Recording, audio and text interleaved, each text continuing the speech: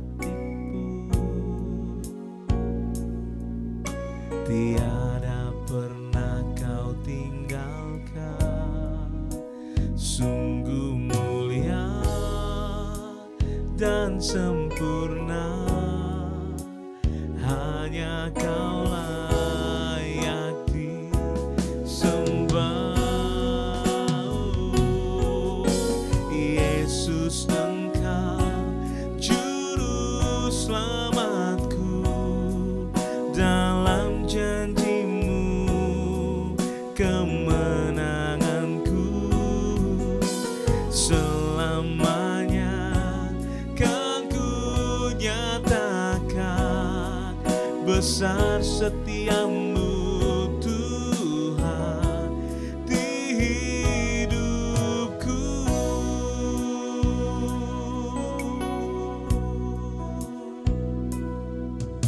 Tiada pernah sedetik pun, tiada pernah kau tinggalkan.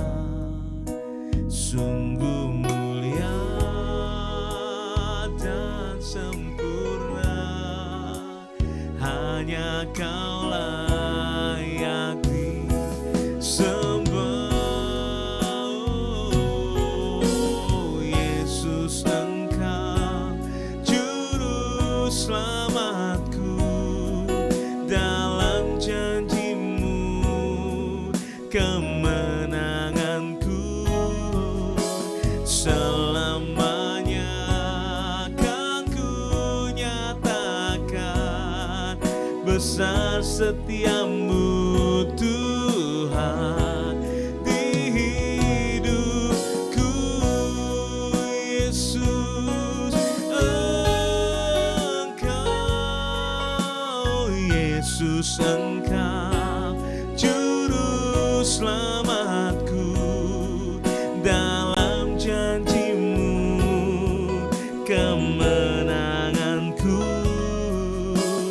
Selamanya kan ku nyatakan besar setiamu Tuhan di hidupku.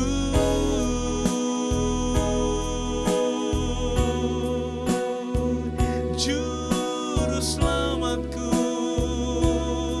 Yesus, tiada yang lain, hanya Yesus.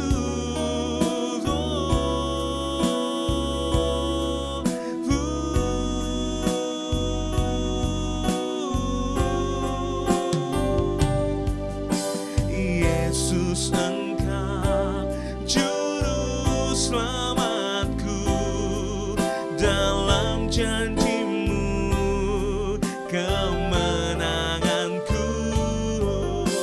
Selamanya kan ku nyatakan besar setiamu Tuhan di hidupku.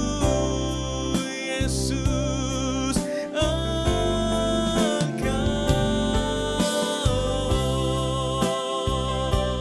juru selamatku, dalam janji-Mu kemenanganku. Selamanya kan ku nyatakan besar setiamu Tuhan di hidupku. Yesus, Engkau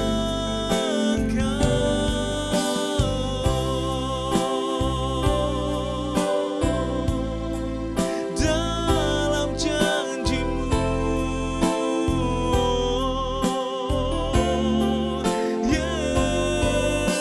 selamanya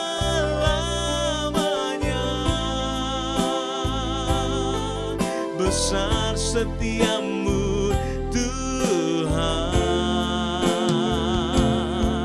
besar setiamu Tuhan, besar setiamu Tuhan di hidupku.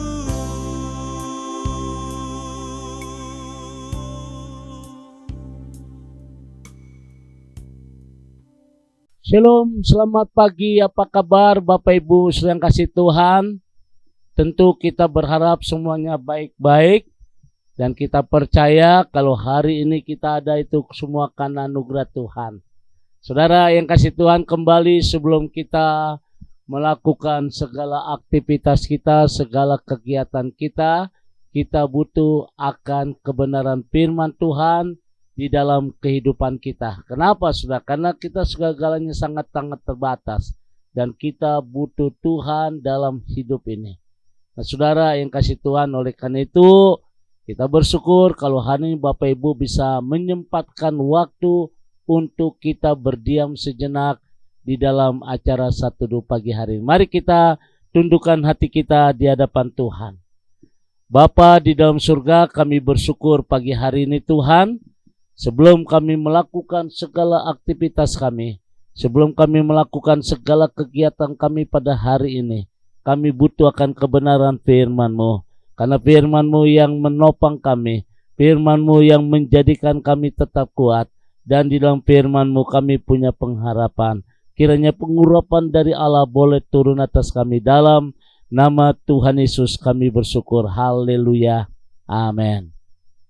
Bapak Ibu sedang kasih Tuhan, pagi hari ini kita akan bersama-sama membuka Galatia pasal 6 ayat 1. Firman Tuhan berkata demikian. Saudara-saudara, kalaupun seorang kedapatan melakukan sesuatu pelanggaran, maka kamu yang rohani harus memimpin orang itu ke jalan yang benar, dalam roh lemah lembut, sambil menjaga dirimu sendiri, supaya kamu juga jangan kena pencobaan.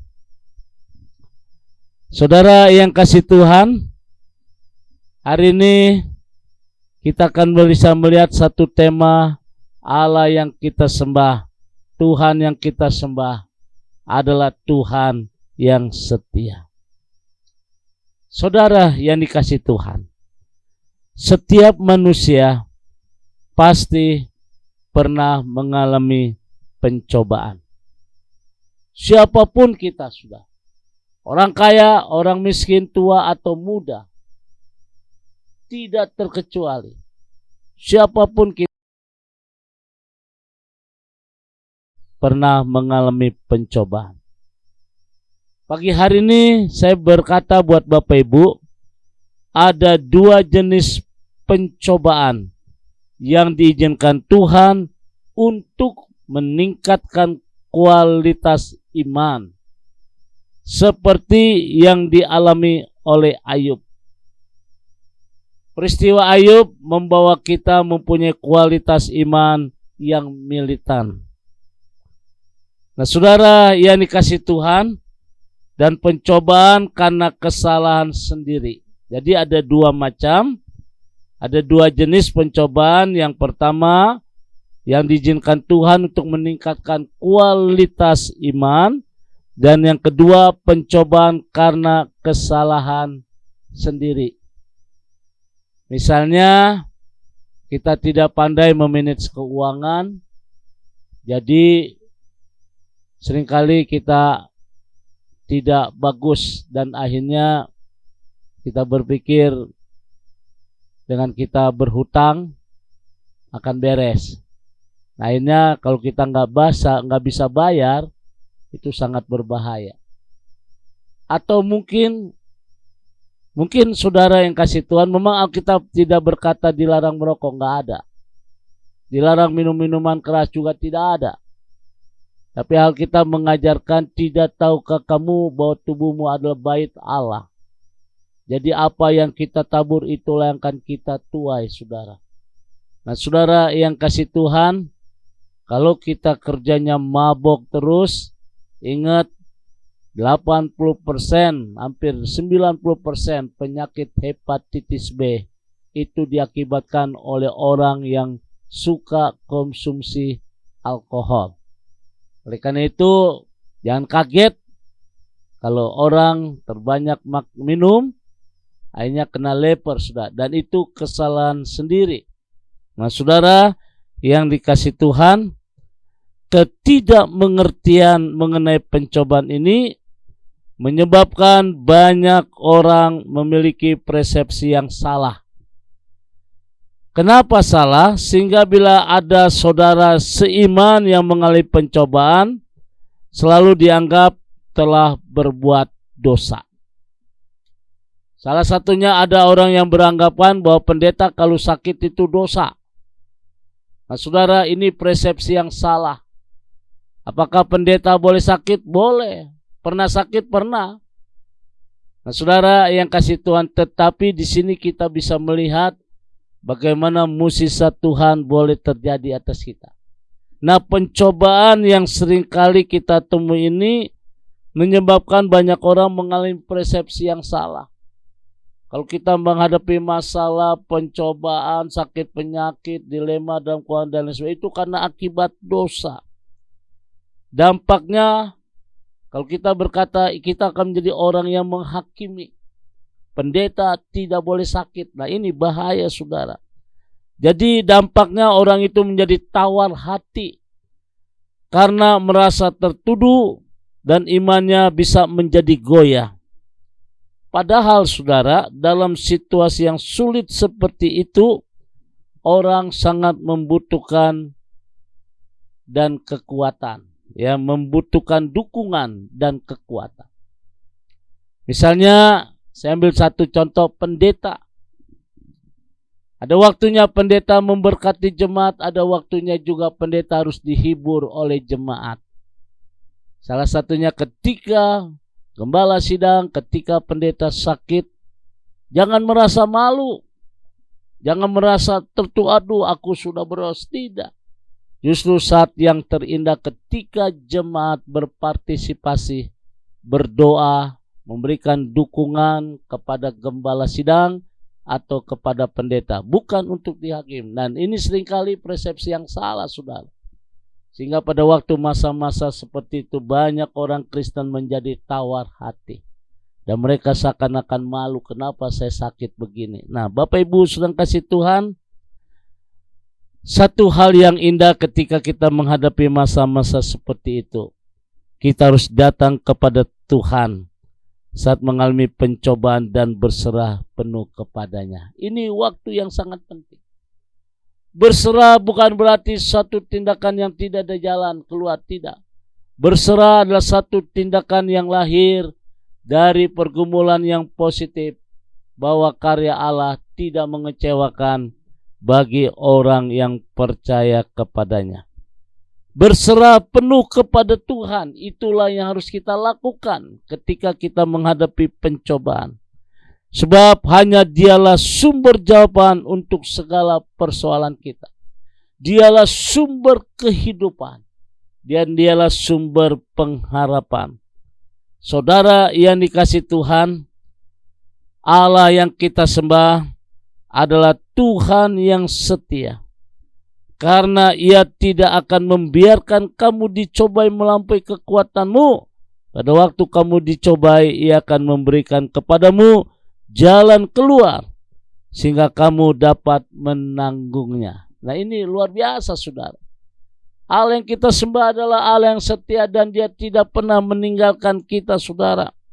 Oleh karena itu pagi hari ini satu hal yang terindah, bahwa ketika kita berserah penuh kepada Tuhan, karena Dialah sumber jawaban atas segala persoalan kita. Allah yang kita sembah adalah Allah yang setia, karena Ia tidak membiarkan kamu dicobai melampaui kekuatanmu. Pada waktu kamu dicobai, Dia akan memberikan kepadamu jalan keluar. Nah, indah sekali, saudara, sehingga kita dapat menanggungnya. Pagi hari ini firman Tuhan telah mengingatkan kepada kita agar kita percaya dan yakin sebagaimana bangsa Israel keluar dari tanah Mesir. Saudara, Mereka keluar dari tanah Mesir dan sempat meragukan kuasa Tuhan dan seringkali melanggar perintah Tuhan. Sehingga sebagian besar dari mereka dibinasakan oleh malaikat maut. Semua yang telah menimpa mereka sebagai satu contoh dan dituliskan menjadi peringatan bagi kita yang hidup pada waktu di mana zaman akhir telah tiba. Saudara yang kasih Tuhan, pagi hari ini, jika pencobaan yang kita alami adalah akibat kesalahan, pelanggaran atau ketidaktaatan, langkah yang terbaik yang harus kita lakukan adalah bertobat. Minta ampun kepada Tuhan apa yang menjadi kesalahan kita di waktu-waktu yang mendatang. Sebaliknya, jika Tuhan mengizinkan kita mengalami pencobaan karena Ia hendak menguji kualitas iman, percayalah, Ia pasti memberikan pertolongan buat kita. Dan oleh karena itu pagi hari ini, mari kita yakin bahwa Allah yang kita sembah adalah Allah yang setia. Dia tidak pernah meninggalkan kita. Pencobaan-pencobaan yang kamu alami adalah pencobaan biasa yang tidak melebihi kekuatan manusia. Kiranya firman Tuhan pagi hari ini menjadi satu rema yang indah bagi hidup kita. Percaya kepada Tuhan. Tuhan tidak pernah meninggalkan Anda. Aku sekali-sekali tidak akan pernah meninggalkan engkau. Artinya saudara, pada waktu kita tidak ada jalan, Tuhan sedang menggendong kita. Apapun yang jadi masalah dalam hidup saudara, apapun yang jadi pencobaan yang kita alami hari ini, percaya kepada Tuhan, karena ada rencana Tuhan yang indah yang Tuhan berikan buat kita. Yakini bahwa Allah yang kita sembah adalah Allah yang setia dalam kehidupan kita. Tuhan memberkati. Mari kita berdoa. Segala puji syukur kami naikkan kepadamu Tuhan di pagi hari ini Tuhan. Kami bersyukur bahwa Allah yang kami sembah adalah Allah yang tidak pernah meninggalkan kami. Tuhan tahu apa yang jadi pencobaan yang kami alami. Tuhan mengerti keadaan kami. Oleh karena itu kami berdoa, Tuhan ampuni kami. Mungkin selama ini kami tidak berkenan di mata Tuhan. Ampuni kesalahan kami Tuhan. Dan kalau seandainya pagi hari ini kami sedang menghadapi satu pencobaan yang diizinkan Tuhan, biarlah kami akan mempunyai kualitas iman yang luar biasa. Kualitas iman yang sanggup memindahkan gunung. Kami berdoa dalam nama Tuhan Yesus. Tuhan memberikan kekuatan bagi umat-Mu pagi hari ini. Dan Tuhan berkati kami semua. Jadikan kami yang terbaik dalam hidup kami. Terima kasih Bapa. Kami boleh mengucap syukur di pagi hari ini dalam nama Tuhan Yesus. Haleluya. Amin. Bapak Ibu sedang kasih Tuhan, pagi hari ini kembali saya ucapkan selamat beraktivitas. Tetap semangat di dalam Tuhan. Jaga kesehatan. Tuhan memberkati. Arahkan hatimu. Mari kita mengangkat kedua tangan kita di hadapan Tuhan. Dan terimalah berkat dari Tuhan. Kasih, kemurahan, damai sejahtera dari Allah Bapa di surga. Cinta kasih dari Tuhan kita Yesus Kristus di dalam persekutuan Roh Kudus memberkati kita semua hari ini sampai Maranatha. Tuhan Yesus akan datang kembali. Yang diberkati berkata, Amin.